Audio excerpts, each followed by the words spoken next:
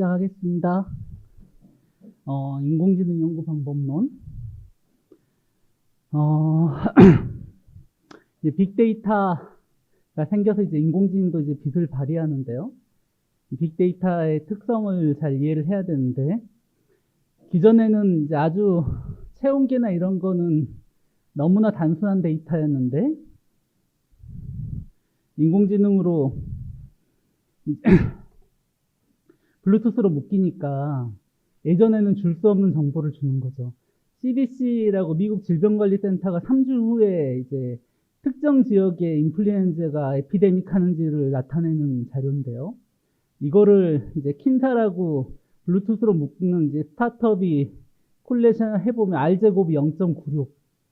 제곱이에요, 제곱. R이 아니라. 그래서 그게 뭐가 되냐면 이건 실시간으로 아는 정보니까 아침에 애를 학교로 보내야 될지 말아야 될지를 결정할 수 있고, 그 지역의 실시간 인플루엔자 에피데믹을 알 수 있고, 그럼 그 지역에 뭐 글로서린 비타민C를 준비하거나 치약을 준비하고, 그 지역의 로컬 클리닉은 뭐 인플루엔자에 대비할 수 있겠죠. 이런 게 이제 오퍼튜니티가 돼서 이제 많은 기회가 있고, 이 빅데이터를 하기 위해서 이제 인공지능이 됐고, 이제 인공지능은 여러 가지 파라독스한 성질이 있는데, 인간의 어떤 지식을 배워도 오히려 로컬 옵티멈에 빠지는, 처음에 뭐로 가르치냐가 이제 굉장히 중요할 수 있다는 거죠. 차라리 안 배우는 게 나올 수도 있고. 그래서 뭐 이건 넘어가고.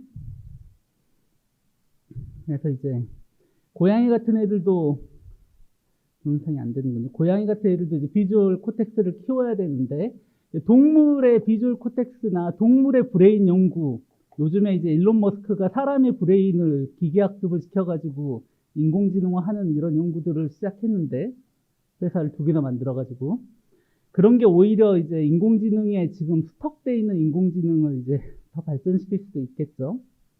그래서 이제 좀, 그리고 이제 딥러닝이 어찌됐든 옛날에 못했던 연구를 이제 빅데이터를 통해서 이제 더 할 수 있게 됐고, 그래도 여전히 이제 머신러닝이 이제 의미가 있는데, 이제 여기서부터 이제 저희가 이제 방법론적으로 봤을 때 기존에 있었던 통계학적인 방법론이 있는데, 통계학적인 방법론은 기본적으로 가정이 변수들이 독립변수고, 이제 종속변수가 어떤가에 따라서 두 변수들 간의 어소시에이션을 볼 거냐, 아니면 뭐 굉장히 다양한 변수를 볼 거냐, 두 변수가 컨티뉴어스냐, 컨티뉴어스면은 리그레션, 코릴레이션 스터디로 가는 거고, 파라메트릭이 아니면, 여기가 이제 파라메트릭이고, 파라메트릭, 난파라메트릭은 분포가 노멀을 따르냐 안 따르냐를 가지고 알 수 있는데요. 난파라메트릭이면 이제 그거에 코레스폰딩한 걸 쓰는 거고요. 컨티뉴어스가 아니면 이제 카테고리칼이나 오디널이나 뭐 이런 건데, 뭐 서바이벌 스터디도 여기 있고요. 뭐 이제 종속변수, 우리가 이제 독립변수 말고 종속변수가 컨티뉴어스 하냐, 컨티뉴어스 하고 두 그룹 이상이고, 그럼 오네이 아노바. 그리고 샘플이 인디펜던트 하면 인디펜던트 t-테스트 아니면 페어드 t-테스트. 이거에 다 이제 난파라메틱이 뭐 유칵슨 랭크썸이라든지 사인드 랭크썸 테스트라든지. 그래서 n이 충분하지 않거나 노멀 테스트를 안 했거나 컨티뉴어스가 아니면 2, 3분포가 되면 노멀을 안 따를 가능성이 굉장히 많기 때문에 그런 애들은 전부 다 이쪽으로 가는 거고요.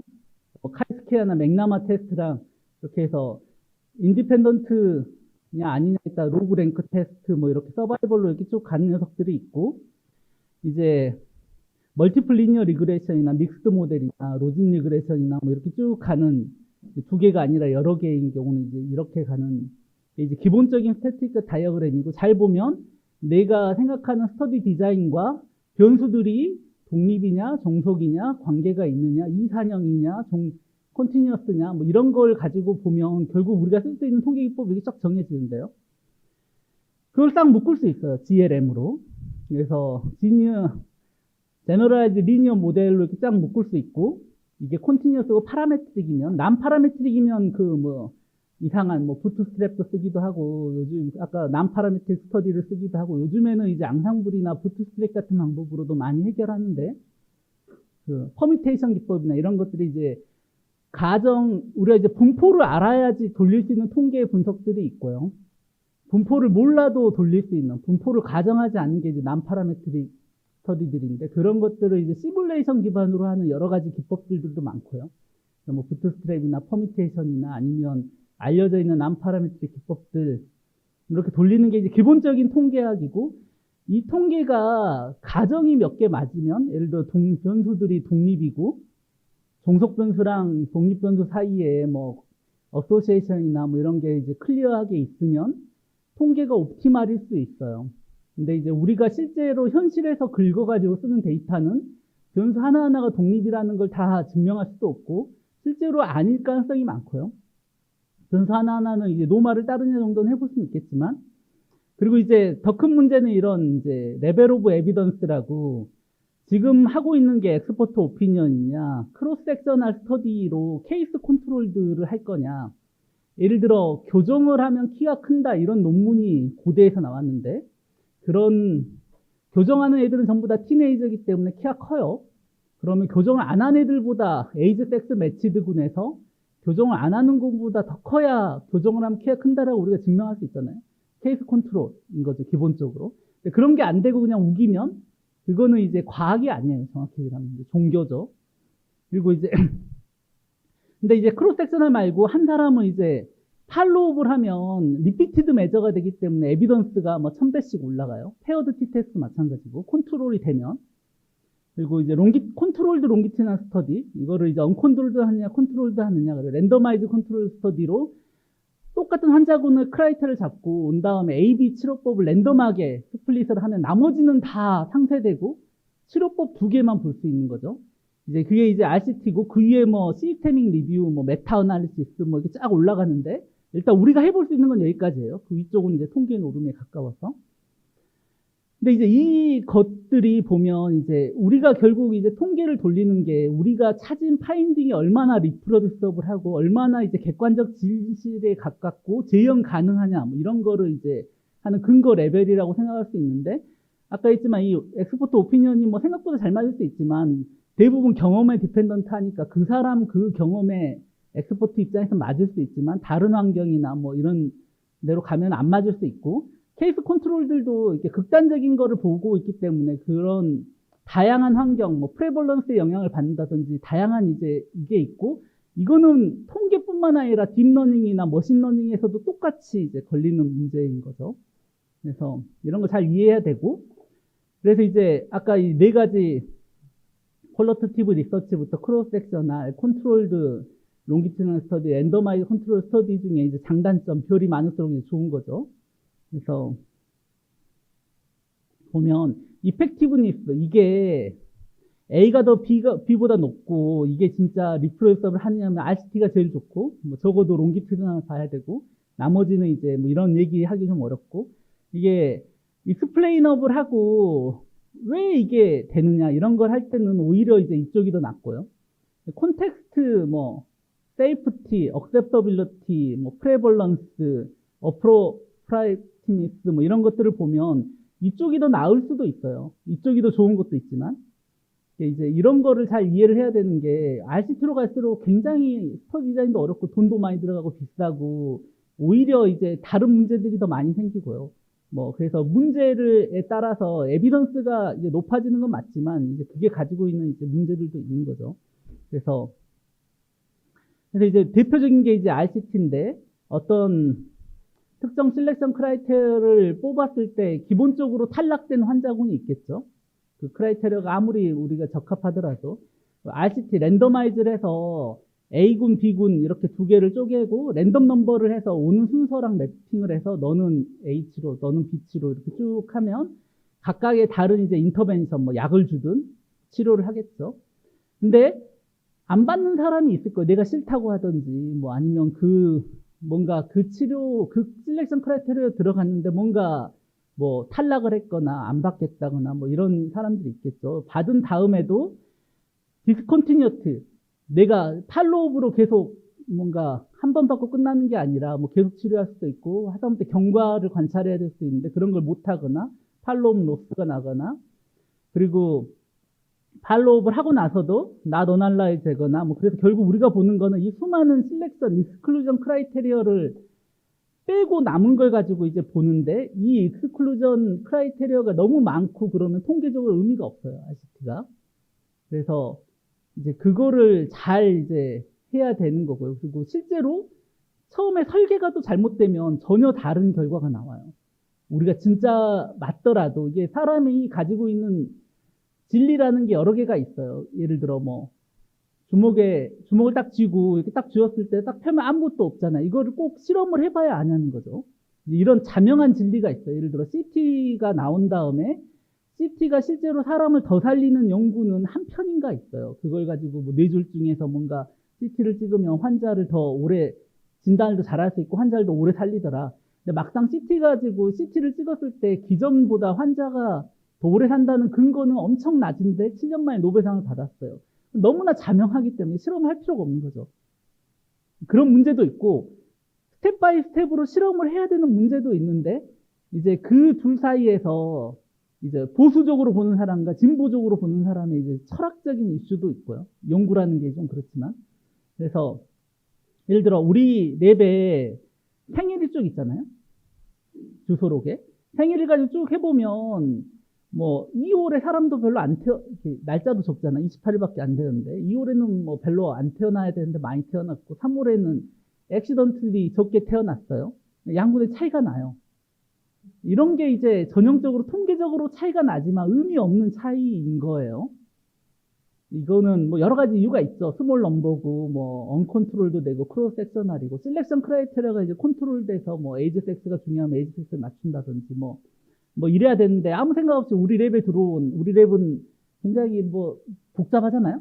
그러니까 이런 것만 가지고 이제 뭔가 통계가 나왔다고 우기는 것도 이제 문제고 그 상상 이제 그런 거고 머신러닝으로 가면 이제 좀 더 재밌는 도표가 있는데 이 도표는 이제 좀 뭐랄까 이제 뭐 초짜들이 이해하기 쉬우라고 이제 만들어 놓은 거고 이거에 이제 뭐 턱될 필요는 없지만 기본적인 컨셉이 이거에 벗어나려면 특별한 이유가 있어야 되는 거예요. 아까 통계도 똑같잖아요.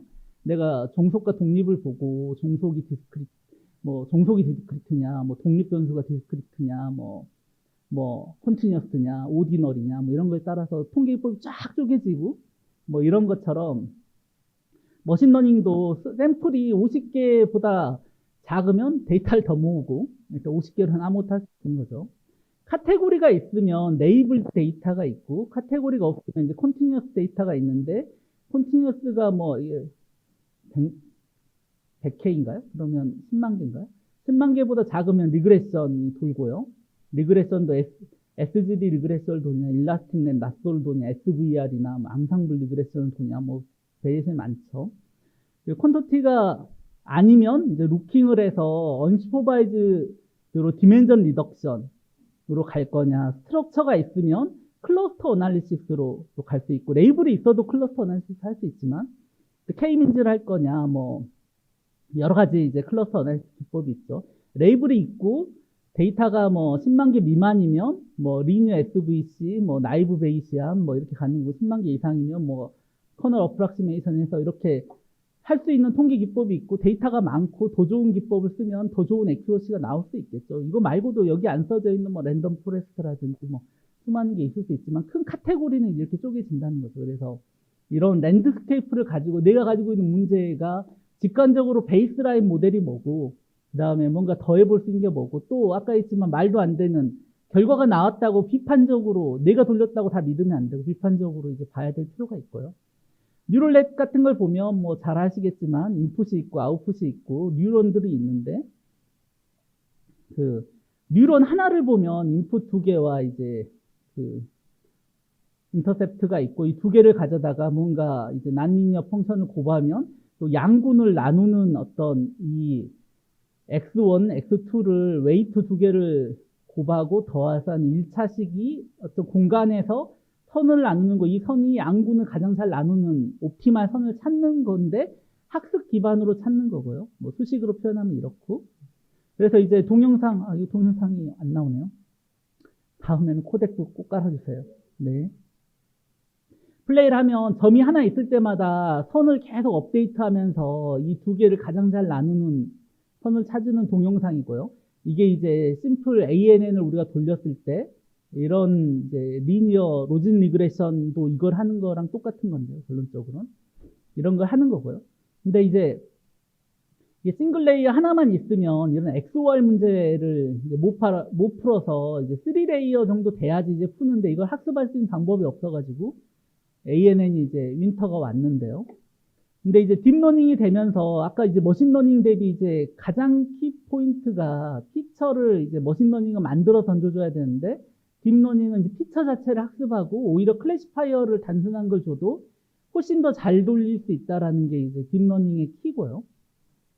그래서 이제 의료로 들어오면 이제 진단과 치료에 이렇게 쓸 수 있는데 뭐 분야는 굉장히 많지만 이 분야마다 도메인 특성과 데이터 특성, 아까 통계학에서도 봤지만 우리가 얻을 수 있는 데이터의 특성과 분포와 쓸 수 있는 기법 이런 것들이 다 정해지고요. 뭐 일단은 뭐 베러 디시전 IBM 말씀처럼 베러 페이션트 매니지먼트 그래서 환자가 뭐 약을 먹는지 이런 거를 보는 거는 아주 심플한 문제일 가능성이 있어요. 근데 훨씬 더 복잡한 문제가 이제 데이터 itself에 들어있는데요. 어쨌든 이게 이제 단순한 일을 굉장히 잘하니까 이피션시 사람들이 하는 이제 단순한 일들을 굉장히 할 수 있어서 이제 의료나 뭐 진단이나 프리딕션이나 수많은 데 쓰일 건데요. 보면 이제 구글이 이제 앉아 영상 하는 건데 이제 사람만큼 한다 뭐 이런 얘기가 있고 이거에 이제 스터디 디자인을 좀 자세히 볼 거고요. 얘가 이제 그런 문제를 해결하기 위해서 어떻게 했는지 이런 이제 초기에 이제 마일스톤 논문들 이게 스탠포드가 하는 이제 피부암을 핸드폰으로 찍어가지고 얼마나 구분을 하느냐 피부과 의사만큼 이게 이제 자마에 실린 격리 영상을 이제 얼마나 잘 뭐 클래시피케이션 하고 뭐 이러냐에 대한 얘기들인데 이런 것들 이런 좋은 저널에 실린 논문이라고 항상 근거 레벨이 높은 건 아니에요. 처음 했기 때문에 좋은 데 가는 경우도 있고 정말 리프로듀서블 설계를 잘해가지고 하는 경우도 있고 어떻게 보면 이건 클리니컬 스터디에 좀 가까운 거지만 근데 이제 시장은 이거죠. 의료 인공지능을 할 때 문제를 잘 잡아야 돼요. 의료 인공지능의 문제의식이 뭐냐면 휴대폰도 마찬가지인데 아이템을 잘 잡아야 되는데 이 아이템이 항상 물어보면 제가 이제 몇 가지 물어보는 말이 있어요. 이게 n이 얼마냐? 실렉션 크라이터, 컨비넌트 샘플이라고 해서 n이 충분히 있어야지. 아까 있지만 뭐 n에 따라 뭐 실렉션 크라이터 쪼개지잖아요. 그리고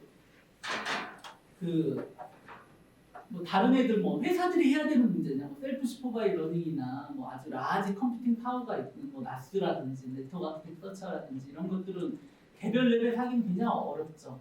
그래서 아이템을 잘 잡고 실제로 회사들이 꼭 필요하면 우리는 중개연구 관점이니까 지금 현실에서 필요하면서 N도 충분히 있으면서 문제가 가치가 있어야 되고 근거 레벨을 우리가 미리 알 수 있으면 좋죠. 아까 쭉 얘기했던 것 중에 케이스 컨트롤이냐, 팔로우 스터디냐. 그리고 우리 어떻게든 케이스 컨트롤 들어와도 팔로우이나 RCT로 넘어갈 수 있으면 좋지만 RCT를 한다는 게 이제 프로스펙티브하게 하면 너무 시간도 오래 걸리고 그래서 이제 여러 가지 이슈가 있는 거죠. 이미 뭐 하나는 모르겠지만 레이블 관점인데 레이블을 이제 의사가 꼭 해야 되는 문제들은 너무 어렵고 시간도 걸리고 비싸고 그렇기 때문에 그렇게 할 수밖에 없으면 스마트 레이블 최소한으로 레이블하고 인공지능이랑 같이 레이블하는 방식으로 가거나 아니면 뭐 셀프 슈퍼바이 러닝을 하거나 레이블을 어떻게든 이제 자동화하는 어떤 그런 기제를 저희가 만들어야 되고요. 플랫폼은 이제 계속 돈을 내가지고 해결해야 되는 거고 레귤레이션은 우리 해결할 문제는 아니지만 어쨌든 문제를 잘 잡아야 되고 특히 이제 클리니컬 어메인트가 중요한데 이제 공학적으로 쉬운 2D고 칼라 영상이어서 이미지넷 트랜스폼이 되고 뭐 이런 영상들에서 시작하는 거는 실제로 임상에 적용하기 어렵다는 거죠. 뭐 물론 이제 뭐 당뇨라든지 이런 거는 임팩트가 있을 거로 보이지만 뭐 일단 문제의식 자체가 지금 이게 나온 지가 뭐 몇 년이 됐는데도 아직도 안 쓰고 있는 게 뭐 꼭 인허가만의 문제냐 뭐 인허가 받은 일도 많거든요. 외국에도 있고 중국에도 있는데 우리나라도 내년 3월쯤 나온다는데 아직도 뭐 나오면 이제 우리나라 건진센터들은 뭐 국내 거는 쓸 것 같아요. 하지만 뭐 정말 필요한 것들 예를 들어 응급실 대응 실제로 사람이 잘 못하는 의료 현장에서 중환자 대응 또 어떻게 보면 회사가 할 수 있는 거는 이제 커머셜리 가치가 있는 거는 회사가 멀티센터로 아까 잘 스터디해가지고 잘 모아가지고 할 수도 있는데 병원에서 해야 되는 연구는 오히려 커머셜리는 잘 모르지만 지금 병원의 언맨 니드를 잘 해결할 수 있고 어떻게 보면 멀티센터로 되는 것도 뭐 좋은데 우리 병원만 돌아간다고 해서 난 큰 문제가 있다고 생각하진 않아요. 이제 다른 병원 가면 다른 병원으로 또 파인 튜닝해서 쓰는 거죠. 그리고 본질적으로는 모든 병원과 모든 의사에 그런 문제가 있을 수 있어서 인공지능을 러버스타게 학습하는 것도 중요하지만 파인 튜닝을 잘하는 것도 굉장히 중요해요. 몇 개월 써보고 그 병원에 옵티마이즈 시키는 어떤 기술들도 필요하다고 생각하고요. 어쨌든 지금 영상학과만 봐도 데이타임에 영상학과 선생님이 30%만 스탠바이 하고 있거든요, 병원에. 나머지 70%는 어쨌든 없거나 임상의사가 뭐 없이 하거나 아니라 수술장 대응, 뭐 동시에 이런 컨티뉴어스 모니터링 이런 것들을 이제 하기 굉장히 어려워서 유스 케이스를 잘 잡고 현실에 꼭 필요하고 가치가 있고 이런 연구인데 또 이런데 N이 너무 작으면 이제 우리는 이제 어찌됐든 꼭 빅데이터만 하는 거 아니까 머신러닝으로 가든지 꼭 엔드투엔드로 학습할 건 아니니까요. 어찌됐든 그래서 데이터가 이제 새로운 뉴스 코드라 데이터 큐레이션이 굉장히 중요하고 하이 퀄리티 데이터를 모으는 게 굉장히 중요한데 실제로 의료 데이터는 이제 이런 쓰레기통이라는 거죠. 실제로 환자를 보는데 미니멈으로 데이터를 만들어지고 있어요. 의료 현장에서는. 근데 이거 인공지능 학습할 수 있겠어요?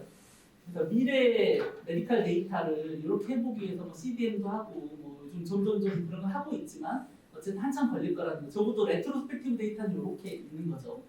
그래서 이제 우리가 어떤 데이터가 문제고 어떤 지금 당장 이제 레트로스펙티브 데이터를 쓰려면 아주 특별한 영상같이 영상의 다이콤이라도 있기 때문에 형식은 맞아요. 시멘틱스는 잘 안 맞을 수 있지만 적어도 신텍스는 맞을 수 있고 뭐 장비 간의 베리언스나 뭐 다양한 베리언스가 있지만 웬만하면 다 알려져 있고 그래서 어떻게든 되죠. 물론 병의 뭐 프레벌런스라든지 분포라든지 뭐 어떤 특정 병원의 특정 병이 얼마나 없고 뭐 영상에서도 영상이 기본적으로 그림자가 헷갈리는 것도 많고 이런 것들은 이제 또 다른 얘기지만 시멘틱스에 관련된 얘기지만 하지만 실제로 뭐 EMR이나 진짜 로우 영상 의료 데이터를 막 긁다 보면 이제 뭐 수많은 문제들이 하고 이거는 이제 이거를 이렇게 만드는 데는 엄청난 이제 노력 플러스 도메인 날리지와 어떻게 보면은 뭐 히스토리 전체를 이제 알아야 될 필요가 있고요.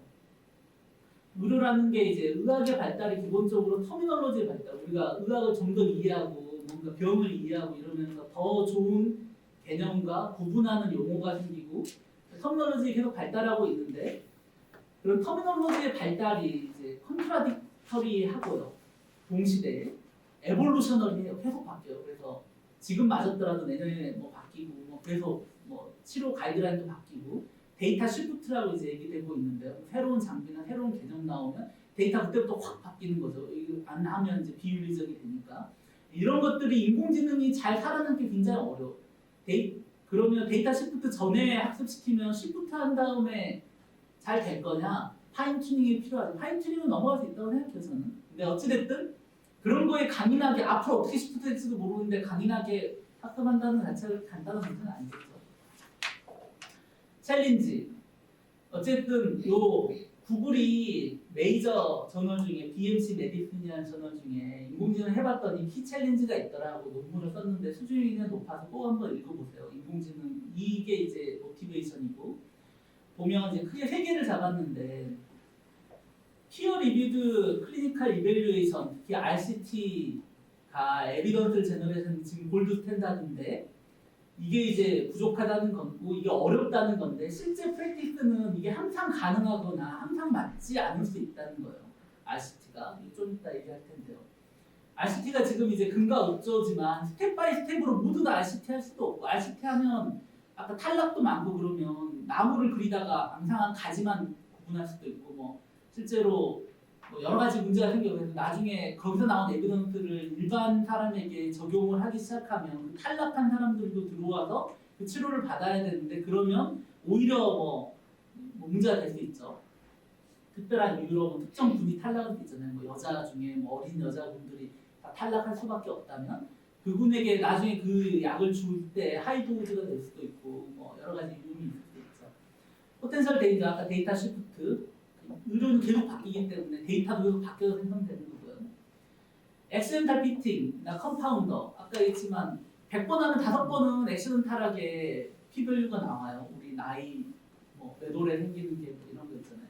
컴파운더도 뭐 카디오메갈리를 보라 그랬더니 심장이 커진 걸 보는 게 아니라 수술 자국을 보듯이, 아니면 입술이 립스틱을 칠했냐를 보는데 눈화장을 본다든지, 인공지능이 아무 생각이 없이 학습을 시키는 거기 때문에, 그리고 인공지능보다 입술이라고 가르쳐줄 수 있는 방법도 없잖아요.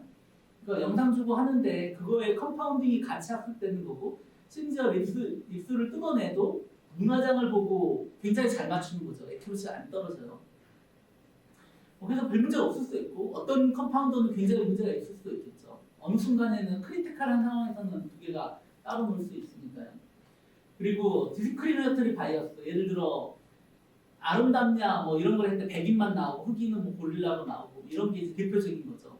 이런 게 인공지능한테 이제 그런 윤리나 룰을 가르쳐 주는 게, 뭐 실제로 그렇게 데이터가 있더라도 그러면 안 된다든지 뭐 하면 욕설부터 배우고, 실제로 이런 것들이 있는 거죠. 현실이 아까 쓰레기통, 의료도 마찬가지지만 현실이 이제 쓰레기통인데, 쓰레기통을 배우면 쓰레기를 배우는 거잖아요.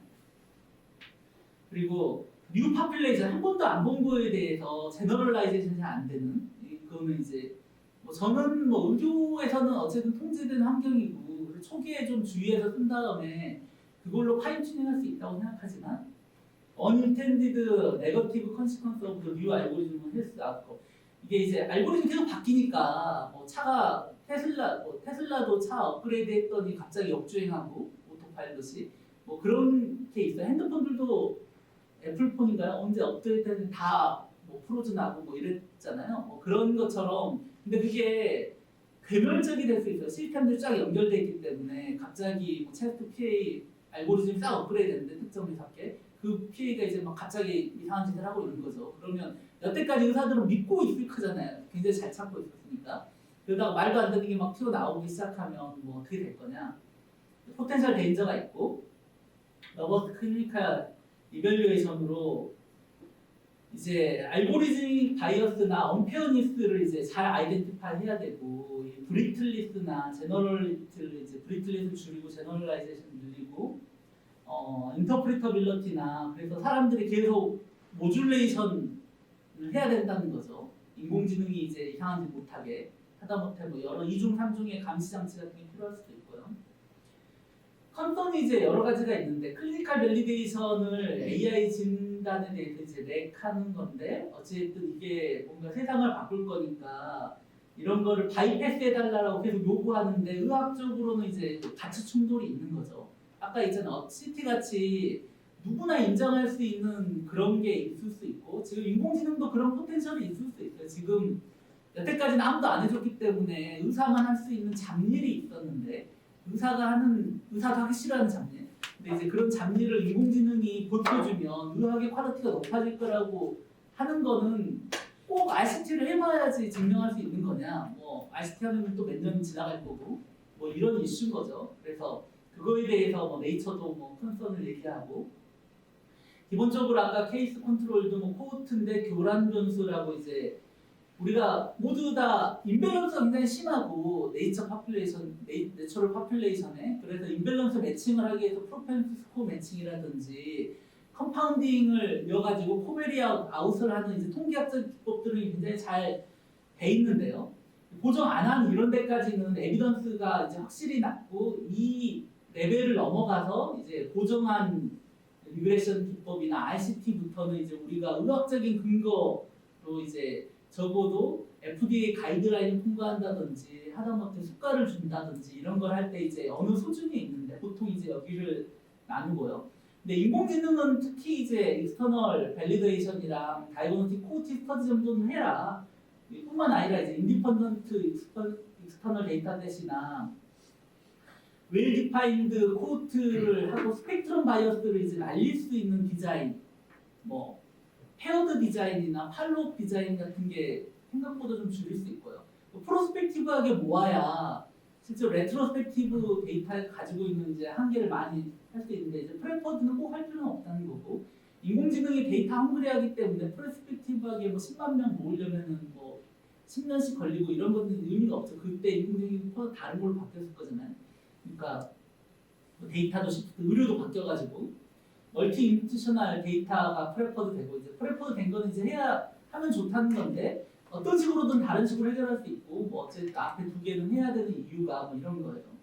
저희가 이제 근거 업조처럼 얘기하는 센서티비티, 스페시피티 하는 게 true가 이제 이쪽에 있고 프리딕션이 이쪽에 있는데 그러면 이제 우리가 센서티브 스페시피티, PPV, MPV인데 실제로 센서티브 스페시피티는 굉장히 애큐러시를 판단하는 툴이긴 한데 이게 현실하고는 굉장히 유리되어 있는 툴이에요. 실제로 현실에서는 이걸 모르고 어떤 인공지능이 병이 있다고 하면 진짜 병이 있는 거냐, 인공지능이 병이 없다고 하면 진짜 병이 없는 거냐, PPV나 MPV가 훨씬 더 중요하거든요. PPV, MPV가 높아야지 실제로 의료에서 가치가 있는 거고요.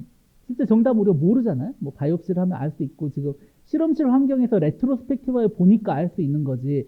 프로스펙티브하게 환자가 왔을 때 그 환자가 진짜 암인지 아닌지는 PPV나 MPV만 알 수 있는 거죠. 근데 이게 얼마나 웃기냐면 센서티비티, 스페시피티가 둘 다 90인 세 가지 컴퓨전 매트릭스예요. 보면 디지즈가 아주 많은 80%, 80%가 디지즈인 거죠. 81% 정도가 이제 디지즈인 군이고 이제 폴스 네거티브가 아니고 90%가 디지즈네요. 디지즈인 군의 센서티비티는 애큐러시를 이게 스페시픽 센서티 똑같아도 PPV가 82, MPV가 18이 나오죠. 이렇게. 근데 프레벌런스 병이 50%밖에 없는 데서는 센서티브 스페시픽 똑같아도 PPV, MPV가 50으로 떨어지고요. 그리고 대부분은 이런 거죠. 병은 거의 없고 정상이 대부분인 게 정상이고 뭐 10만 명 중에 1명, 100만 명 중에 1명 이런 것들은 내가 애큐러시가 아무리 높아도 PPV가 특히 PPV가 중요한데 병이 있을 때 진짜 병이라고 우리가 믿을 수 있느냐인데 센서티브 스페시는 똑같아도 PPV가 18%밖에 안 돼요. 이거는 현실에 못 쓰는 거죠. 이래서 프레벌런스가 엄청 중요하고 이 프레벌런스가 병원에 따라 달라요. 우리 병원처럼 중증 환자가 많이 오는 군은 뭐가 있어도 뭐 캔서일 확률이 높은데 2차 뭐 보라매 병원이나 2차 병원만 가도 뭐가 있으면 캔서보단 결핵이거나 뭐 다른 병의 확률이 높을 거잖아요. 프레벌런스가 극단적으로 병원마다 다르고 의사마다 다르고 이러니까 똑같은 센서티브 스페시피티라 그래도 PPV 관점에서 임상에 쓰는 관점에서는 굉장히 다른 애큐러시가 나오고 그렇기 때문에 이제 이런 프레벌런스 디펜던트 메저를 써야지 센서티브 스페시피티만 쓰는 게 꼭 좋은 건 아니다. 물론 이제 여기서 시작이고요. 또 이제 우리가 디스크리트 진단을 하는데 컨티뉴어스하게 레이블 할 수 있잖아요. 뭐 이 사람이 얼마나 시비하냐를 카테고리로 할 수 있고 숫자로 쭉 나눠볼 수 있는데 그럼 캔서일 녀석이고 비나인일 녀석이 이렇게 나오면 우리가 스레스홀드를 이렇게 쭉 바꿔가면서 하면 얼마나 캔서고 얼마나 비나인인지 맞추는 건데 우리가 분포를 잘 모르지만 X축에서 뭔가 피처를 뽑았어요. 엔지니어링 피처든 딥러닝 피처든 뽑은 다음에 양분의 분포를 하면 이 피처가 잘 되면 이 두 분포가 멀리 떨어져 있겠죠. 피처가 별로 안 좋으면 두 분포가 거의 겹쳐 있겠죠. 그러면 우리가 스레스홀드를 이렇게 딱 잡아서 보면 디지즈가 있는 구는 뭐 거의 다 찾았는데 센서티브 하겠죠. 디지즈가 없는 구는 반만 맞춘 거잖아요. 그러고 이렇게 쭉 바꿔보면 이렇게 ROC 커브가 그려지는 거죠. 네, 이 분포를 가지고 쭉 스레스홀딩을 해보면 그리고 여기서 이제 AUC를 계산하고 여기서 가장 멀리 떨어져 있는 게 옵티말 스레스홀드고 이때 센서티브 스페시피티가 옵티말 센서티브 스페시피티인데 내가 이제 목적에 따라 센서티브한 덜 스페시픽하면 센서티브한 스크리닝 목적으로 쓸 거냐 아니면 반대로 매우 스페시픽한 그래서 얘는 뭐 찾으면 무조건 병인 뭐 이런 걸 쓸 거냐는 건 애큐러시 희생하더라도 내가 튜닝할 수 있는 문제죠. 이렇게 좀 여기서 올라가는 게 애큐러시니까. 그래서 이제 크게 보면 그리고 이제 X축을 뭐로 정하냐에 따라 우리가 분포 똑같은 병이라 그래도 두 군이 구분이 안 돼. 이건 뭐 해도 구분이 안 되겠죠. 무조건 동전 던지기밖에 안 되는 거고요. 이제 구분을 잘하면은 이제 뭐 그럴 듯하고 진짜 잘 구분되면 이제 이게 딱 달라붙어가지고 뭐 애큐러시 뭐 1인 뭐 AUC가 1인 것도 나올 수 있는데 어쨌든 이런 ROC 어널리시스 하고 FROC는 이제 케이스당 폴스 파지티브 이건 디텍션 이게 이제 병이 있느냐 없느냐 말고도 이제 디텍션을 얼마나 정확하게 하느냐인데 뭐 폴스 파지티브가 많아지면 의사가 쓸데없이 봐야 되는, 사람은 그 여러 논문을 보면 영상학과 선생님들은 특히 폴스 파지티브가 줄면서 스페시픽하게 보는 식으로 훈련을 받아요. 기본적으로. 그래서 센서티브한 거는 놓치더라도 6개월 후에 다시 볼 가능성이 많기 때문에 팔로우업을 하면, 얼마 전에 이제 런캔서 네이처 란셋인가요? 네이처인가요? 그 논문이 나왔는데, 한 케이스를 보면 인공지능이 영상학과 선생님보다 더 잘 봐요. 근데 6개월 후 팔로우업을 보면 사람이 더 잘 봐요. 인공지능이 둘 다 보더라도. 물론 이제 인공지능 학습하는데 뭐 팔로우업을 제대로 학습했느냐 논란이 있을 수 있지만, 어찌됐든 그 얘기는 사람이 6개월 정도는 놓쳐도 뭐 큰 문제가 없지만, 두 번 보면은 스페시피티 센서티브 스페시피티 확 올라가기 때문에, 지금 오히려 스페시픽하게 보고 센서티브가 좀 낮더라도 이렇게 그냥 훈련을 받는 거예요. 쓸데없이 그 다음에 바이옵시 해가지고 사람에게 손상을 주고 바이옵시하다가 런캔서는 죽기도 하거든요. 뭐 그런 것보다는 차라리 6개월 후에 종양이 2배 커지면 그때는 훨씬 더 컨피던스하게 런캔서라고 얘기할 수 있고, 그러면 그때 바이옵시 해도 서바이벌에 별 차이가 없고, 뭐 이런 식으로 이미 진단 시스템이 만들어져 있어요.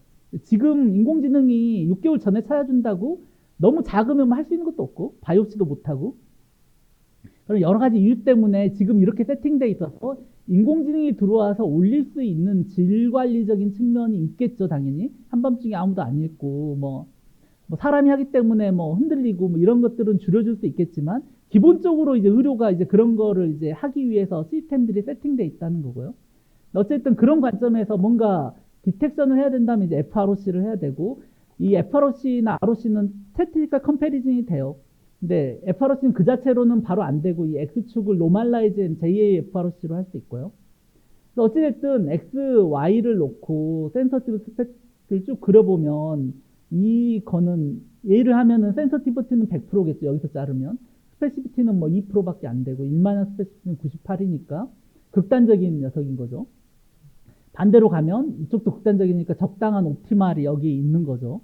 이런 식으로 이제 뭔가 할 수밖에 없고, 이거는 프레벌런스 인디펜던스여서 이 메소드가 적어도 이 데이터의 프레벌런스라면 되는데, 이게 프레벌런스가 아까 있지만 질환이 많은 군에 돌리냐, 질환이 아주 극단적으로 적은 군에 돌리냐에 따라서 이게 실제로 임상에서 쓸 때는 이제 엄청나게 다르다는 거죠. 그리고 이거가 아까 있지만 센서티브 스페시피티 옵티말 애큐러시를 하려면 컷오프가 무조건 있어야 되거든요. 아까 AUC에서 그 X축에서 제일 먼 데를 잡거나 센서티브 스페시피티 이 컷오프를 하는데, 이 컷오프부터는 샘플 디펜던트해요. 그 병원의 라이클리 환자의 프레벌런스나 이 라이클리후드를 곱해가지고 써야 되는데, 그래서 이제 우리가 아주 좋은 AUC가 좋은 거를 일단 만들어야 되는데, 실제로 쓸 때는 그 병원의 프레벌런스에 튜닝할 필요가 있는 거죠. 그거를 미리 알면은 그냥 뭐 가져다 쓰면 되는 거지만, 모르면 몇 개월 써보면서 파인 튜닝을 해야지 제대로 퍼포먼스가 나고, 사람도 제가 알기로는 이 병원의 트레이닝했다가 다른 병원 가면 튜닝 과정이 필요하다고 알고 있거든요. 의사들도. 그런 것처럼 이제 그렇게 되는 거고요. 어쨌든 박성호 선생님이 쓴 건데, 오버피팅 같은 게 이제 애큐러시를 과장하는 게 있고, 스펙트럼 이펙트가 아까 얘기했지만 뭐 프라이버시 다이거널 컷오프 같은 거 정확히 재거나 뭐 프레벌런스 이펙트 이런 것들이 이제 영향을 주는데, 또 오버피팅의 가장 대표적인 게 뭔가 이런 걸 할 때 이런 직선으로 할 건지 이런 곡선으로 할 건지 아니면 이렇게 자를 건지에 따라 뭐 데이터가 점점 디펜던스해서 조금 다른 노이즈가 있는 데이터는 어찌됐든 영향을 받을 수밖에 없어서, 밸리데이션 셋을 가져다가 우리가 컷오프를 자른 다음에 하는데, 현실은 뭐 시궁창이죠. 밸리데이션도 막 흔들리고, 그럼 어디를 잡아야 할지 정확히 잘 모르고, 어떤 밸리데이션은 제대로 오버피팅이 안 돼서, 뭐 예를 들어 시멘틱 세그멘테이션은 트레이닝하고 밸리데이션이 같이 가죠. 그건 아직도 잘 못 되고 있다는 거예요. 어느 정도까지만 외지 밸리데이션의 오버피팅, 트레이닝에 오버피팅 못 하고 있다는 거잖아요. 밸리데이션 EQ도 같이 떨어지니까. 뭐 이런 식으로 트레이닝만 올라가고 테스트는 떨어지는, 밸리데이션을 가지고 우리가 컷오프를 하면 이제 테스트도 제대로 평가할 수 있죠. 테스트를 안 쓰고 싶어서 이제 밸리데이션 가운데 끼워 넣는 거지만, 스펙트럴 이펙트는 아까 그 실렉션 크라이테리어에서 익스클루드 되는 게 이제 이런 거죠. 이제 극단적으로 우리가 구하기 어렵거나 정답도 어렵고 레이블이 데이터가 이제 소스 코드니까 좋은 데이터가 들어와야 되는데 실제로 이건 레이블 자체가 언서튼할 수도 있잖아요. 이 부분은 사람도 잘 모르거나 뭐 다른 게 있더라도 영상이 별로 없거나 그러면 이제 가장 쉽게 얻을 수 있는 게 디지즈가 없는 군은 좀 더 많겠죠. 디지즈 있는 군이 좀 더 적으면 이런 극단적인 두 군만 데이터로 얻고 컨비니언트 샘플 우리가 컨트롤드 샘플을 하면 이거를 랜더마이즈 해가지고 이분하게 뽑으니까 이 분포를 다 가지고 데이터를 얻을 수 있지만 그렇게 하면 데이터가 적어질 수도 있고 뭐 그러니까 아니면 모집단을 다 뽑을 수도 있겠지만 뭐 어쨌든 지금 당장은 우리가 쉽게 얻을 수 있는 데이터는 이쪽 군하고 이쪽 군만 있으니까 실제로는 애큐러시가 높아질 수밖에 없고 이거는 트레이닝 테스트 밸리데이션이 다 있는 거예요. 실제로 요 가운데 군이 들어가면 애큐러시 극단적으로 떨어지는 거죠. 그리고 다른 병원으로 가면 또 이 양쪽의 프레버런스가 다르기 때문에 이런 스펙트럼이 다르기 때문에 이 스펙트럼에 인공지능이 엄청나게 영향을 받는 거죠. 그래서 센서티비티 스페시트 AUC뿐만 아니라 컷오프에도 이제 영향을 주는 거고 이런 이펙트들이. 그래서 예를 들어 클리니컬 코호트가 들어왔을 때 피지션이 이제 영상 스터디라고 하면 이제 피지션이 보내줘야 뭐 CT를 찍든 뭐 이러는데 피지션이 일단 안 보내줘요. 그리고 환자가 뭐 나는 뭐 CT 찍기 싫거나 MR 돈 들어서 안 찍고 엑스레이만 찍겠다든지 뭐 이러면 그 환자가 실렉션 크라이테리에 들어와 있지만 실제로 안 들어오는 거죠. 뭐 가난한 사람들 다 빠지거나 뭐 이런 식으로 비싸면 레퍼 투 아더 테스트 뭐 경쟁 테스트가 뭐 피검사로 해결할 수 있으면 영상을 할래 피를 할래 뭐 이렇게 해서 환자가 고르게 되면 아까 랜더마이즈 샘플링이 안 되는 거예요. 기본적으로 그러면 실렉션 특정 스펙트럼만 나오는 거죠. 이거에 다 빠지니까. 레디올로지 레퍼럴 하더라도 CT 찍는다고 다 찍히는 게 아니거든요. 숨을 못 참거나 뭐 여러 가지 이유 때문에 마취가 안 되거나 조영제를 못 주거나 조영제에 뭐 엘러지가 있거나 뭐 여러 가지 이유 때문에 못 찍고 그리고 이미지를 하더라도 뭐 휴먼 인터프리테이션이 영상학의 이제 근거라고 하면 영상학 자체가 가지고 있는 문제가 이제 이게 정답이 아니거든요. 엑스퍼트 난리지에 가깝고 그래서 이 디시전 자체가 언서튼하고요. 그래서 스탠다드 프로시저가 레퍼런스가 없거나 뭐 예를 들어 영상학 판독 말고도 바이옵시를 해서 조직 생검 결과가 있어서 좀 더 근거 높은 레벨이 있으면 뭐 그걸로 할 수도 있겠지만 그게 없는 검사도 많죠. 그러면 여러 의사가 모아가지고 동시에 판독을 한다든지 그래서 근거를 높이거나 사람들 간의 불일치도와 뭐 이런 것들을 이제 보는 식의 방법이 있겠죠.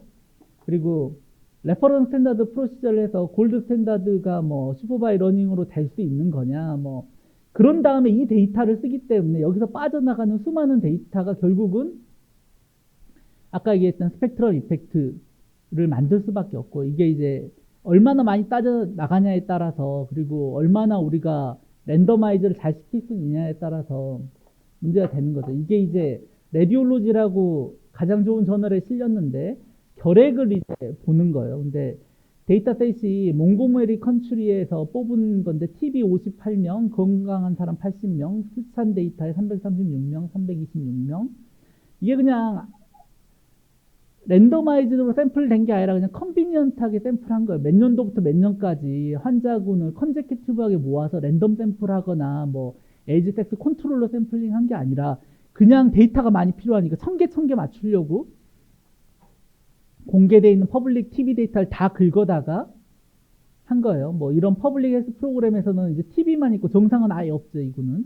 그리고 어떤 데이터는 TV는 10개 있고 정상만 잔뜩 있고 어떤 건 8비트, 어떤 건 16비트고 영상 레졸루션 다 다르고 이런 걸 딱 모아가지고 애큐러시를 냈는데 애큐러시가 엄청 높아요. 이제 이런 게 이제 대표적인 오버피팅이죠. 애큐러시를 높일 수 있는 방법은 많고 아까 이런 게 스펙트럼 바이어스 뭐 이런 수많은 컨비니언트 샘플에서 오는 수많은 데이터 이슈가 있는 거니까 이제 컨비니언트 케이스 컨트롤드 샘플로 케이스 컨트롤은 했고 이거를 랜더마이즈드 한 게 아니라 컨비니언트하게 그냥 아무 크라이테리아 없이 그냥 긁어다가 그것도 데이터 다 풀링해가지고 학습시켰기 때문에 이거의 근거는 엄청나게 마지널한 거죠. 그래서 이 결과를 우리 병원에 하면 애큐러시 50%가 나올지 60%가 나올지 70%가 나올지 이거는 우리 병원에 아니 우리나라에서 식약처 통과한 커머셜라이즈된 제품도 모 병원에 가가지고 돌리면 애큐러시가 널뛰어요. 자기 아무래도 새로 본 데이터, 뭔지는 잘 모르지만 이게 이제 특히 이제 딥러닝, 특히 슈퍼바이 러닝이 이제 큰 문제가 이제 이런 거죠. 그걸 잘 컨트롤할 수 없는 거예요. 그러면 급여원 데이터 요즘 당연히 좋아질 수 있는데 어찌됐든 막 가서 그냥 파인 튜닝 없이 쓰긴 굉장히 어렵다는 거죠. 스펙트럼 앤 프레벌런스 이펙트를 가지고 뭐 포스트 테스트 프라이빗를 곱해서 라이클리후드랑 곱해 가지고 쓰면 뭐 이런 거 줄일 수 있고요. 또 이제 이게 라이클리후드인 이유가 이 라이클리후드가 프라이빗가 되려면 이 라인에 맞춰줘야 되거든요. 그래서 이 섹터를 쪼개가지고 프리딕티브 프라이스 밸류랑 실제로 이 밸류 확률을 캘리브레이션하는 스텝을 지면 이제 이 라이클리후드를 우리가 확률로 얘기할 수 있거든요. 이거를 이제 요즘에는 이제 캘리브레이션까지 하는 데이터가 많아야 하겠죠. 이 서브 그룹을 다 쪼갠 다음에 서브 그룹 간의 확률을 라이클리후드를 확률로 이제 이 값을 가져다가 교정을 해야 되니까요. 어쨌든 이런 걸 가져다가 이제 클리니컬 트라이얼을 하려 그러면 이제 환자군을 모은 다음에 랜더마이즈 한 다음에 인공지능을 가지고 쓰고 안 쓰고 이렇게 해가지고 양분을 하는데 어떤 경우는 이게 비윤리적일 수 있어요. 인공지능 하면 무조건 좋아질 수 있잖아요. 이게 이제 확신이 있으면 일부러 환자한테 안 좋은 치료를 해야 되는 거잖아요. 이 근거를 만들기 위해서. 이게 이제 RCT가 가지고 있는 본질적인 문제. 모든 거는 이런 돈 들여가지고 아주 비싼 테스트를 하는 건 그게 더 좋다라는 믿음이 있기 때문이잖아요. 그게 뉴트럴한 사람이 하면 제일 좋겠지만. 그래서 이제 만든 사람이 하면 안 되고, 뭐, 여러 가지 근거가 있는데, 특히 침, WHO 가이드라인도 뭐 150개인가 들어와 있지만, 침 같은 걸 에이시안 PI가 하면 다 유의하게 나오는데, 난 코카시안 PI가 하면 다 유의하지 않게 나와. 뭐 이런 게 이제, 여러 가지 이제, 아직도 사람을 가져간 테스트가 반복 재현성이 그렇게 높지 않고 스터디자는 어떻게 하고 잘못 스터디자는 이상하게 가고 또 이렇게도 할 수 있죠. 특정 기간에는 인공지능을 가져가고 특정 기간에 안 하고 이렇게 시간을 나눠가지고 하는데 그러면 시간 이펙트가 들어가겠죠. 그래서 반대로도 한번 해봐야 시간 이펙트는 알릴 수 있으니까 우리가 뭔가 컴파운딩이 있으면 컴파운딩을 콘트라스트해서 그거를 날릴 수 있게 디자인하는 게 굉장히 중요하고요.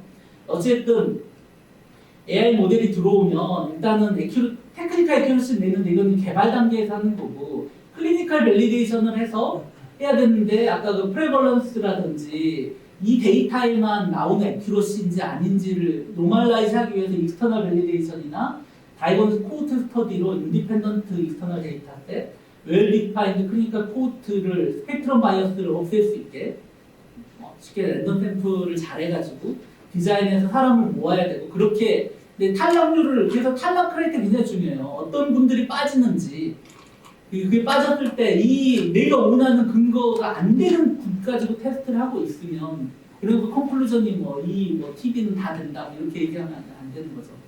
이 두 개는 레코멘데이션이고. 그래서 이제 우리 당뇨성 망막병증을 보면 디벨롭먼트 데이터셋이 있고 밸리데이션을 두 개를 했어. 이것도 익스트라 밸리데이션 매너로 했고 그 프로그램을 짰어요. 얘들은 이게 이제 굉장히 중요한데 당뇨증에 어떻게 레이블하는지 쉽게 하기 위해서 했고 한 데이터에 페이션트 이미지당 이렇게 많은 사람들이 레이블을 했는데 보면 한 데이터를 다 같이 이제 정상이라고 하는 거 다 같이 뭐 저 병이 있다고 하는 것도 있지만 이런 환자들은 그레이 존인 거죠. 이러니까 이제 이 데이터 하나가 얼마나 사람이 이게 이제 안전은 정답이 아마 안과 의사밖에 없나 봤죠. 이걸로 했는데 요 크레이테를 두 개를 줘서 요거보다 위쪽은 정상, 이거보다 아래쪽은 비정상 이렇게 나누고 가운데는 버렸어요. 이 데이터를. 그래서 데이터가 뭐 12만 개인가였는데 실제로 8천 개인가 뭐 만 개로 트레이닝 한 거죠. 이 퓨어스텝만 가지고 정말 확실한 거. 이거는 이제 구글처럼 돈 많은 데에는 의사를 이렇게 의사가 몇 명인가요? 50명쯤 되나요? 몇십 명이 들어와가지고 이렇게 한 데이터를 레이블한 거예요. 우리는 하나 데이터 한 명이 레이블해도 뭐 10,000명, 100,000명 하면은 뭐 어마어마하잖아요.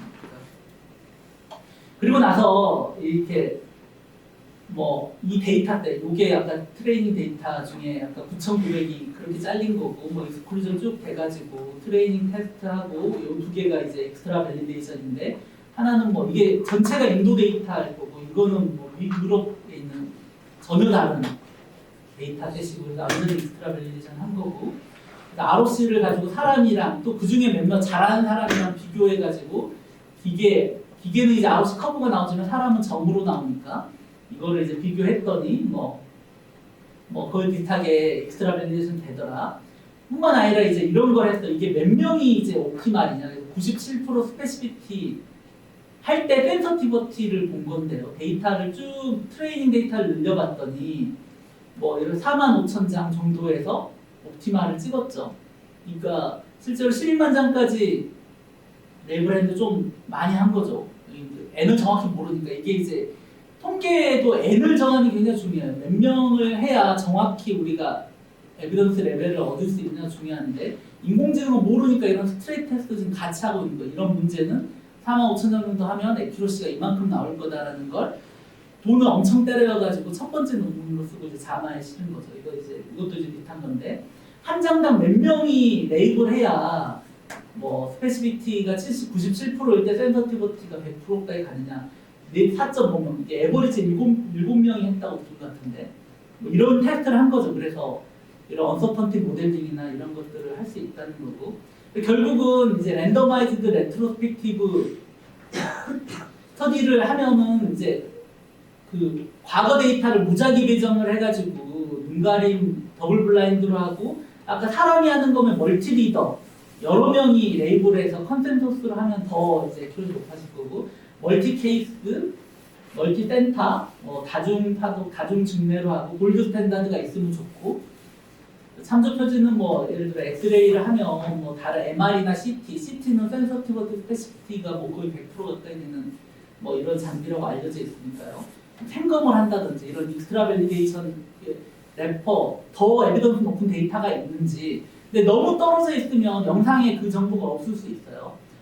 항상 그래서 물어볼 때 사람도 잘하느냐 의사가 눈으로 보면 병리 결과를 얼마나 H가 할 수 있냐 이 정답으로 들어왔을 때 꼭 물어봐야 돼요. 못하는 거는 인공지능도 잘 못하는 확률이 높아서 내가 그거를 학습을 안 되는 걸 학습하고 있느냐 학습이 돼야 되는데 내가 하이퍼파라를 투입을 못해도 못하고 있느냐는 굉장히 중요한 이슈거든요. 이런 인사이트가 좀 필요하고 직관적으로는 사람도 굉장히 좋은 클래시파이기 때문에 잘하면 잘 되는 경향이 좀 있어요.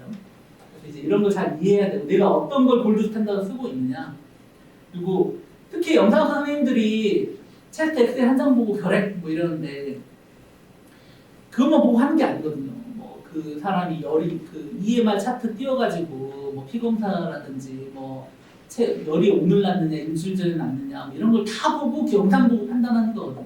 우리 병원의 프레벌런스랑. 근데 막상 우리한테 영상만 보고 판단했다고 얘기하면 인공지능이 영상만 보고 그걸 맞출 수 있겠냐고 정보가 영상만 주는데 그러니까 그런 것도 잘 이해해야 돼요. 진짜 이게 영상에만 있는 거냐 다른 정보 다 안 보고 영상만 가지고 얼마나 맞출 수 있는 거냐 이런 건 또 다른 얘기고요. 그래서 멀티 리더, 멀티 케이스 스터디, 멀티 센터 트라이얼을 하는 게 뭐 당연히 좋겠죠. 아까 여러 가지 이펙트들을 줄일 수 있고 통계 기법도 이제 더 다양하게 쓸 수 있고요. 레트로스펙티브 다이거노스틱 코호트 스터디 이게 이제 진단군을 쪼개가지고 코호트를 만들어서 코호트라는 건 아까 케이스 컨트롤드는 N을 맞추기 위해서 비슷한 질환군을 했지만 코호트는 특정 크라이테리어에서 뭐 랜더마이즈를 하든 어쨌든 다 꺼내가지고 다 보는 거예요. 하나도 빠지지 않게. 그러면 트레일이 디벨롭 때 테스트도 2개 봤죠. 그래서 다른 멀티 센터로 봤고 뭐 이렇게 보니까 이제 근거 레벨이 이렇게 올라가는 거죠. 케이스 컨트롤드 이거는 여러 센터에서 봤지만 아까 얘기했지만 코호트를 안 만들고 그냥 케이스만 컨트롤해서 N수만 맞춘 거예요. 그냥 뭐 어떻게 맞추든 그렇게 해서 맞췄기 때문에 이건 근거 레벨이 더 낮은 거죠. 그래서 레드로 실리죠. 어쨌든 뭐 그래서 클리니컬 레퍼러블은 레트로스펙티브 다이는 코호트 정도는 해야 되고 케이스 컨트롤드는 좀 빠지는 게 좋지 않겠냐. 이게 이제 에비던스고 그래서 그러니까 그리고 이제 RCT가 다 좋냐? RCT는 뭐 장점도 많아요. 아까 했지만 컴파운딩은 확실히 날릴 수 있고 이제 수많은 지금 근거 베이스드 의학의 본질이 RCT거든요. RCT를 우리 할 수 있고 뭐 근데 이제 단점이 너무 비싸요. 너무 비싸고 이것 때문에 앱스트랙트 되고 딱 2가지만 보는 거거든요. 나머지 인류 이렇게 세상을 딱 2개로 나누면 너무 단순해지거나 문제가 실제로 너무 많이 날아가거나 뭐 이런 것 때문에 뭐 일단 백인 남자들만 하고 그걸 가져다 모든 사람이 이제 그 약 근거를 가지고 이제 써야 되는 이런 이슈가 있고요. 또 컨택네이션 되거나 컴패러블 컨트롤, 뭐 블라인딩을 어떻게 할 거냐, 또 이것 때문에 생기는 윤리 문제, 뭐 리퓨즈 할 때 어떤 건 에틱스 할 거냐 아까 했지만 이 두 개를 비교한다는 게 무조건 더 좋은 게 있기 때문에 비교하는 건데 그러면 아시 때문에 랜덤하게 나쁜 치료를 받아야 되는 이런 이슈도 있고 뭐 이렇게 돈도 많이 들고 시간도 많이 들고 이제 그리고 스텝 바이 스텝으로 RCT를 무한히 할 수 있거든요.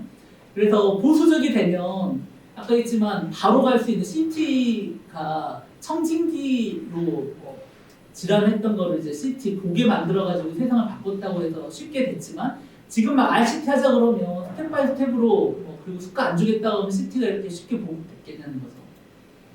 그래서 이제 이런 것들이 점점 이제 그런 근거 레벨을 통해서 FDA의 의사 대신에 이런 걸 할 수 있는 것들이 이제 나오고 있고요. 대신 이제 조건이 따라붙어요. 엄청 복잡하게 특정 장비로 찍어야 되고 특정 크라이테리어만 이걸 쓸 수 있게 셀렉션 크라이테리어 쫙 달라붙는 거죠. 사람은 이런 걸 잘 극복하지만 딥러닝은 이제 아직은 뭐 이런 거에 강인하게 학습시킬 수가 없으니까.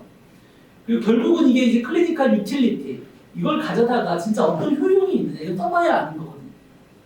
ER에다가 뭐 3개월 돌려봤더니 사람은 스페시픽하고 인공지능을 쓰면 센서티브 올라가는데 스페시픽을 떨어뜨리는 거죠. 인공지능을 믿게 되니까 사람이 굉장히 잘하거든요. 근데 그게 사람의 애큐러시를 떨어뜨리기 때문에 굉장히 파라독식한 거죠. 레디올로지스트, 레지던트는. 근데 임상의사들은 굉장히 좋을 거고 어쨌든 휴먼 에러는 무조건 좋아질 거예요. 사람은 똑같은 거 반복하면 잘 못하거든요. 퍼티그 이펙트라든지 귀찮고 사람들은 단순 반복적인 걸 잘 못하기 때문에요. 메디컬 에러의 대부분이 이제 그런 거에 기반한 거고 이게 요즘에 이제 이런 것들을 그 서버를 구현해가지고 레트로스펙티브 멀티센터로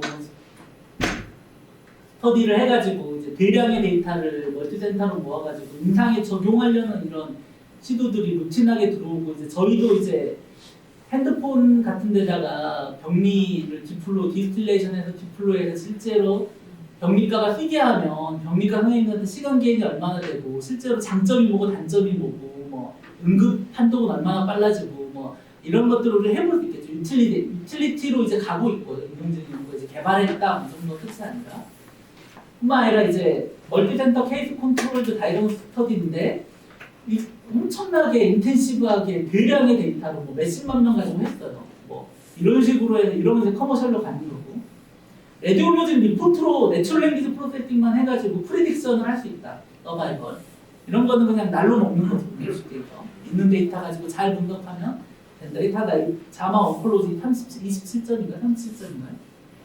그러니까 뭐 이런 게 또 이거 말고도 이제 뭐 인프라스트럭처라든지 아웃풋이라든지 한우회라든지 병원 안에 이제 수많은 데이터 우리는 이제 주로 팩스를 보지만 EMR을 또 CDM으로 바꿔놔가지고 뭐 큐레이션 해놓은 데이터셋도 있고 어노니마이즈 해놓은 데이터셋도 있고 이런 걸 잘 묶으면 엑스레이 한 장 주고 혈압을 알 수 있을까?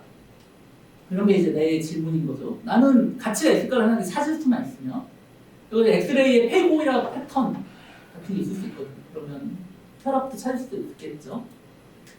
어쨌든 FDA는 요 데이터셋이 클리니컬리 밸리데이션 할 수 있는 KFDA는 요거 정도만 하면 충분한데 수가를 받으려면 클리니컬 밸리데이션이 돼야 된다라는 게 지금 이제 의료 관점이고 특히 진단으로 가는 거는 진관리 수가 이상은 받기 어렵다는 게 이제 소리고요. 수많은 문제가 있어요. 이제 이게 불법이라는 내용이 이렇게 잔뜩 있고요. 이게 이제 탈레도마이드라고 50년에 이제 임신부가 이제 구토하는 거를 이제 줄이는 약을 만들었는데 이게 유럽 CE는 통과하고 동부실은 부작용이 없어 통과했는데 미국은 이상하다고 막았어요. 근데 이제 뭐 8만 명의 이제 단지증, 팔자리가 안 자라는 이제 애들이 태어났고요. 이것 때문에 이제 FDA 전부 다 뭐 난리가 났죠. 그래가지고 특히 이제 임상 시험이나 IRB나 이런 게 이제 다 생겼고요. 근데 이제 디지털 헬스 관점에서 1, 2등급 의료기기도 이렇게 해야 되느냐? 오히려 이것 때문에 만성질환이나 이런 관리 안 돼서 죽는 사람을 더 살릴 수 있는 측면이 있기 때문에 미국 같은 경우는 이제 디지털 헬스케어 액션 플랜이랑 프리 서티피케이션에서 회사들에게 미리 서티피케이션을 주고 그 회사가 만든 제품은 전부 다 인허가를 주는 형식으로 주고 있고, 대신 이제 리얼월드 데이터 쓰면서 나오는 데이터를 무조건 FDA한테 제공하는 조건으로 이제 이런 식의 혁신적인 인허가 정책도 하고 있고, 군 머신러닝 프랙티스라고 이렇게 계속 바뀌는 인공지능은 알고리즘이 계속 바뀌기 때문에 고전적인 의료기기가 아니에요. 의료기기는 버전업하면 다시 인허가 받아야 되거든요.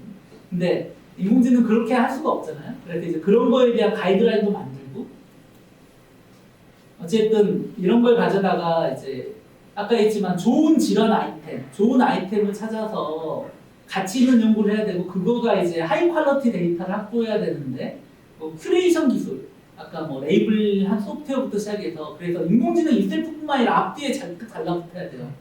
뭐 하다 보면 데이터 레이블, 뭐 인간이 안 끼어들면 더 좋겠지만, 연구자와 인공지능 간의 뭐 기술이라든지 임상시험 서비스 방안, 이제 법적인 거는 또 다른 식으로 해결해야 되고요. 또 뭐 환자들에게 당연히 도움이 받아야 되고 프로스펙티브인데, 레트로스펙티브는 어떻게 할 거냐 이제 아직 논란이 있는 거죠. 그리고 도킹이나 인공지능 회사 안전학습, 그래서 인공지능 환자의 프라이버시도 중요하니까 프라이버시는 지키면서 인공지능 학습은 하는 그런 이제 여러 가지 기술, 뭐 겐 같은 것도 그럴 수 있고 도킹 같은 걸 해가지고 데이터는 실제로 안 보고 할 수도 있겠죠. 어쨌든 AI가 이제 헬스케어를 바꿀 거로 생각이 되고, 근데 그 포지셔닝 지금 이제 개발 단계에서 쓰는 단계로 넘어가고 있고, 이제 어떻게 쓸 거냐에 대한 임상 연구가 많이 되고 있어서 저희 이제 엑스넷 같은 걸 깔아가지고 실제로 핸드폰이나 이런 거에 디플로이하고, 뭐 제가 뭐 회사들 불러다가 뭐 ER에다 써보자고 하고 이런 것들도 이제 크게 보면 이런 트렌드고, 이거의 본질은 이제 이게 진짜 쓰일 때 생기는 여러 가지 문제는 데이터 트레이닝 할 때는 어쩔 수 없을 것 같아요. 데이터가 많이 필요하고 그렇기 때문에 그거를 랜더마이즈드로 모아가지고 잘 모으기도 힘들고, 그래서 학습은 어쨌든 시키되 테스트를 하면서 파인 튜닝하는 식으로 디플로이 하는 게 더 맞다고 생각하고요. 어쨌든 그렇게 하는 게 제가 생각하는 인공지능 연구 방법론 질문이 있지만 없으면 여기까지 하시죠.